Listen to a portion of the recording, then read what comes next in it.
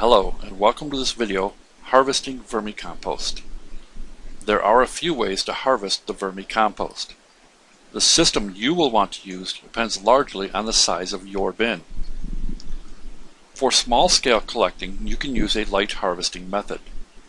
When light harvesting, you can put the compost in small piles on a tarp or use a shallow mixing tray such as the one pictured.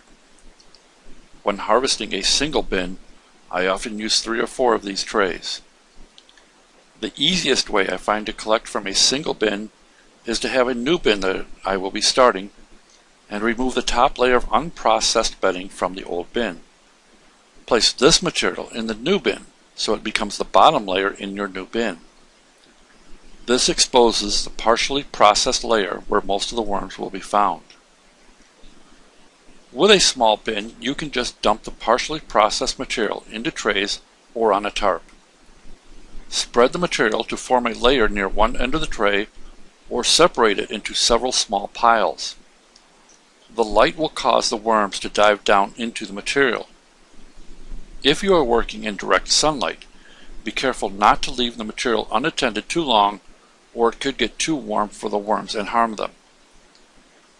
Once spread out, you can remove any large pieces by hand. After the worms have had a chance to dive down into the material, you are ready to begin separating the worms from the vermicompost. A small handheld garden rake works well for scraping the top layer off. As you go, you will start to encounter worms. Get as much loose material away from the worms as you can quickly, then let them have time to dive back down into the material. Once you get most of the vermicompost removed, scoop up the worms and place them in your new bin. If you have spread the material in more than one tray, you can begin working another tray. This gives exposed worms time to move down into the material. After scraping away the vermicompost, you will want to strain the material. For small operations, a set of strainers like I found on Amazon works well. This set came with 3 screens. The largest is a 1/4 inch mesh and the smallest is a 1/8 inch mesh. These are the 2 sizes we will use. After separating the vermicompost, let it dry some so it sifts better. The first pass through the sifters will allow small material to fall through the screen. These larger pieces and some worms, shown in this picture, are then dumped into the new bin for further processing. Once the material has been sifted with a 1/4 inch screen, you have vermicompost. It contains vermicastings, some worms, some unprocessed food, cocoons, and a lot of microorganisms that are part of the process. This is excellent material for kickstarting a new bin as it is a living material. At this stage of sifting, you can use this vermicompost in a variety of ways, such as a top dressing or side dressings on your plants, to make worm tea, or starting a new bin.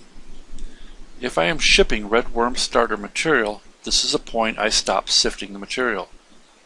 I then add some of the red worms I separated in the previous step so the customer is getting a good selection of worms of various sizes along with cocoons and the material the worms have been living in. This gets a new bin up to speed faster than putting a pound of red worms in a sterile bin. However, you will lose the cocoons for your own use since they are small enough to have fallen through the 1/4 inch screen. If you want to separate the cocoons, you need to sift the material with a 1/8 inch screen. You will also lose a few small worms, but the majority of them will have stayed on top of the 1/4 inch screen. If you want vermicastings instead of vermicompost, you also need to re-sift the material with a 1/8 inch screen. When you first started separating the vermicompost from the worms, you should have found worms of various sizes, which would indicate a healthy bin. Once sifted with a 1/8 inch screen, you should have nearly pure vermicastings. This material looks similar to coffee grounds. The cocoons will have been trapped on top of the 1/8 inch screen. The cocoons are very small and can range in colors from a light brown to dark brown, depending on how close to hatching it is.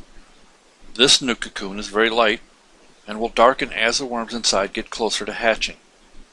To store vermicastings or vermicompost, you can use a well-ventilated plastic container and add moisture as needed to keep the material from drying out. However, you should use the material as soon as possible for the greatest benefit.